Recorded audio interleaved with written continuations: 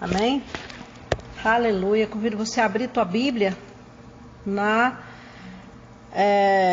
1 Samuel, capítulo 17, versículos do 1 ao 54. É esse o texto a qual nós vamos meditarmos nessa tarde. Amém? Meditarmos agora, fazer um breve resumo da história de Davi e Golias. Amém? Não vou ler o texto, é muito grande, porém, nós vamos meditar neste texto a qual o Senhor colocou no meu coração. A palavra de Deus, ela vem nos relatar a história entre dois homens, né? Davi e Golias, o gigante. Eu quero te dizer que a batalha, ela não é tua, mas é do Senhor. Amém? Que você venha, aleluia, entender que aquilo que é difícil para você, o teu Deus dá conta. O desafio de Golias, ele nos ensina várias lições. Nós vemos aqui que mais uma vez Israel e os filisteus estavam em guerra. Nessa ocasião a batalha acontecia mais para o sul, em terras pertencentes à tribo de Judá. Esse conflito chega a um impasse quando um campeão chamado Golias sai para desafiar o exército de Israel. Golias tinha mais de 2,5 metros de altura aproximadamente. Sua couraça pesava uns quase 80 quilos. A ponta da sua lança pesava mais de 7 quilos aproximadamente. No início, nenhum campeão foi encontrado no acampamento de Saul. Davi, por sinal, no campo, como sempre, ele ouve falar do desafio de Golias. Quando Saul foi para a batalha, Davi voltou para a casa de seu pai. Desde que os 3 filhos mais velhos de Jessé estavam no exército de Saul, Jessé enviou a Davi à batalha para saber sobre o bem-estar de seus filhos. Enquanto estava nesta missão, Davi ouve o desafio de Golias. No versículos 23 e 24. Davi aceita o desafio de Golias e Saul envia Davi ao encontro de Golias no campo da batalha. Davi não teve medo de responder ao desafio. Ele baseou seu julgamento sobre sua experiência passada com o poder de Deus quando ele mata o urso e o leão. Pela fé em Deus, ele tinha sido capaz de defender as ovelhas de seu pai quando elas foram atacadas por leões e urso. Versículos 32 ao 37. Esta coragem impressionou Saul e ele mandou Davi para a batalha, mesmo que no início ali se pôs contrário a isso, por olhar como o homem olhava. Mas Davi estava certo da fé que tinha dentro do seu coração. Esta coragem impressionou Saul e ele então envia Davi para a batalha. Davi ganha a vitória e mata Golias. Davi não usou a armadura pessoal de Saul. Aleluia. Ele levou apenas a sua fiel e comprovada funda e 5 pedras lisas. Esta é a arma que ele se sentia confortável. Aleluia. Observando a palavra de Deus, a pedra lisa, como as escolhidas por Davi para sua funda no combate com o gigante, ainda pode ser facilmente encontradas no vale de Elá, ou no Carvalho, onde a batalha ocorreu. A arqueologia tem descoberto em várias escavações um grande número de pedras de fundas. Esta arma rústica, tão simples e tão terrível, quando habitualmente manipulada, era muito comum, não apenas no tempo de Davi, mas durante séculos antes e depois dele. Em muitos países, as fundas ainda são usadas para afugentar animais selvagens que ameaçavam seus rebanhos. Depois de Golias indefeso, Davi o decapitou com a espada da bainha retirada do próprio Golias. Olha só que situação. Aquela arma que o Golias tão autoconfiante se sentia, que iria destruir aquele pequenininho menino ruivo, de pequena estatura. Golias sendo grandão, ele se auto-julgou naquele momento o vencedor daquela guerra, daquela batalha. E observamos aqui o diálogo abusivo. Era comum entre os combatentes árabes. A fala de Davi apresenta o quê? O contraste impressionante.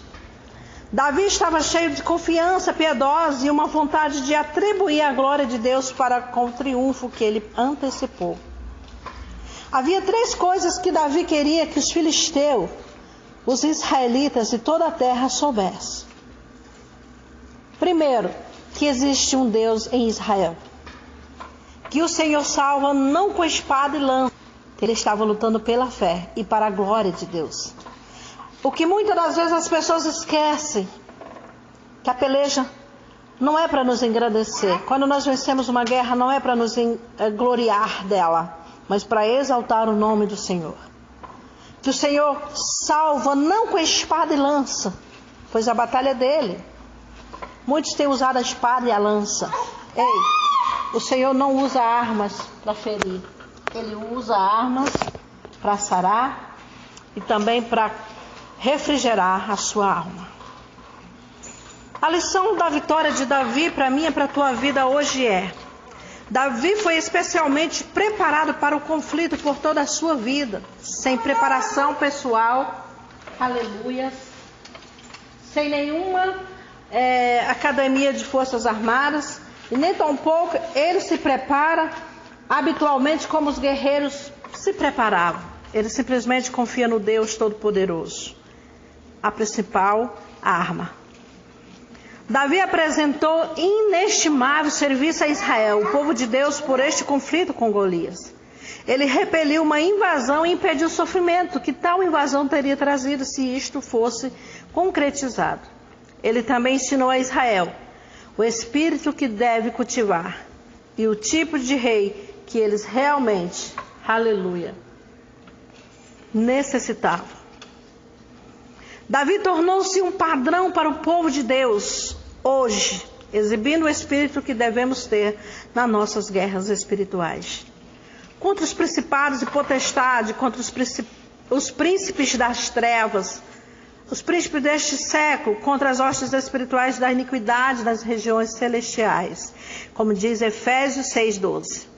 Davi não negligenciou o uso das armas por completo e depois sentou-se e esperou por Deus para lutar a batalha para ele. E nós também precisamos esperar no Senhor. Temos que combater o bom combate.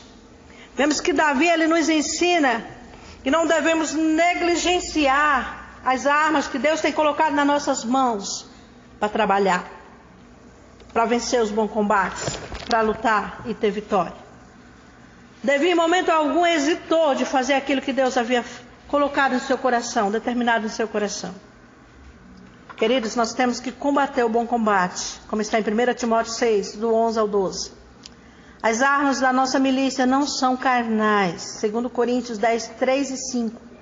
Temos que humildemente corrigir a oposição, 2 Timóteo 2, 24 ao 26.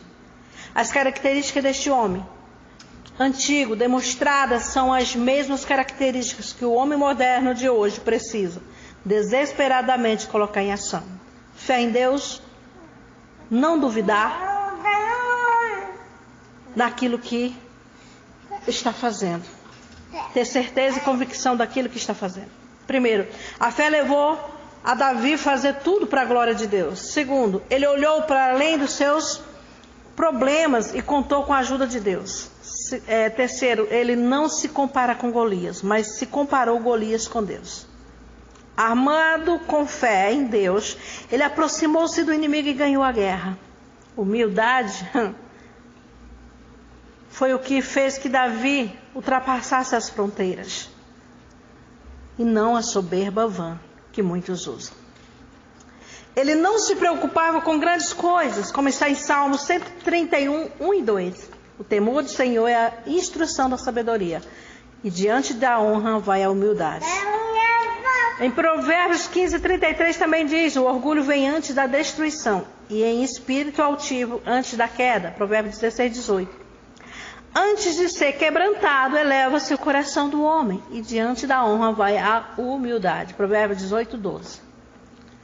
Nós temos tanta humildade? Será? Será que nós somos tão humildes no ponto de reconhecer em tudo que fazemos que Deus é o superior? 1 Pedro 5, 5 e 6. Será que nós temos zelo ao invés de apatia? Ele estava pouco preocupado com sua própria segurança e renome. Ao contrário de muitos hoje que quer o nome estampado nas mídias. Ele tinha ouvido os deuses das nações pagãs exaltado e o nome de Jeová blasfemado. Ele estava desejoso que acima de todas as coisas Deus fosse glorificado.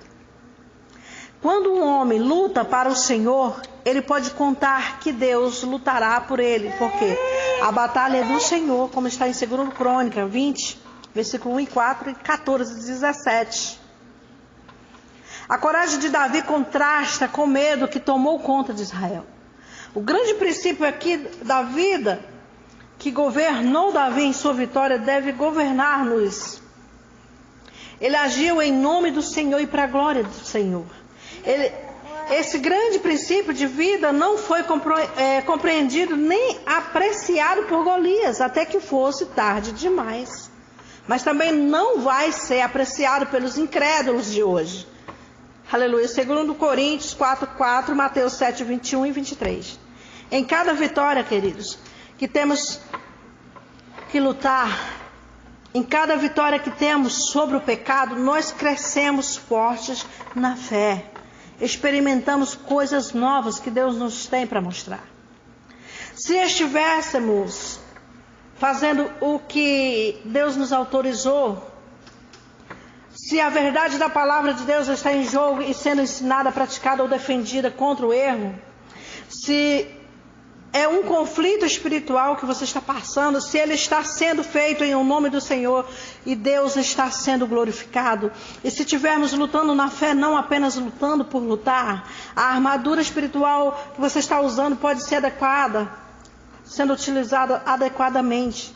Se alguém sofrer por causa da justiça, se isso pode justamente ser dito que estamos do lado do Senhor. Sim, é verdade que estamos do lado do Senhor. Se usarmos todos esses argumentos, se estivermos fazendo o que Deus autorizou, como está em Colossenses 3,17, 2 Timóteo 4,16 e 17, se a verdade da palavra de Deus está em jogo e sendo ensinada, praticada ou defendida contra o erro, como está em Filipenses 1,17, Judas 3, Atos 15, do 1 ao 11, se é um conflito espiritual, Efésios 6, 10, 12 e 2 Coríntios 10, 3 e 5, Mateus 4, do 1 ao 11. Se ele está sendo feito em o nome do Senhor e Deus está sendo glorificado, 1 Samuel 17, do 45 ao 46. Se estivermos lutando na fé, não apenas por lutar, 1 Timóteo 6, 12, Romanos 10, 17. Se a armadura espiritual pode ser adequadamente utilizada, Efésios 6, do 13 ao 18. Se alguém sofre por causa da justiça, Mateus 5, 10, 12, 1 Pedro 4, 12 ao 16. Se isso pode justamente ser dito, que estamos do lado do Senhor, como está em Josué 24, no versículo 15. Amém? Aleluia. Santo é o nome do Senhor. Nem todas as batalhas que lutamos são necessariamente as batalhas do Senhor. Você pode verdadeiramente dizer que a batalha que você tem lutado é do Senhor? Quando nós, como Davi, reconhecemos que há um Deus em Israel e que o Senhor salva, não com espada e lança, e nós lutamos pela fé em Deus, e para a sua glória a batalha será sempre do Senhor. Mas se você desviar este foco, com certeza a batalha já não mais pertence ao Senhor. Então a diferença está em lutar em prol daquilo que vem glorificar o Senhor e lutar em prol daquilo que vai glorificar a si mesmo. A diferença da vitória de Davi está aí. Se Davi tivesse ido com olhares altivos, jamais ele teria alcançado o que ele alcançou. Mas todavia ele colocou a sua confiança no Deus vivo e lutou pelo que ele acreditava, pelo Deus que ele acreditava. E assim temos que ser nós, lutar pelo reino de Deus. Que esta palavra ela venha ficar na tábua do teu coração e venha germinar bons frutos, gerar frutos, frutos de vida, frutos de arrependimento, frutos de sabedoria, frutos de conhecimento. Que Deus te abençoe em Cristo Jesus. E que a paz que excede todo o nosso entendimento esteja com todos, em o nome de Jesus. Amém? Que Deus abençoe a todos vocês. Vamos ouvir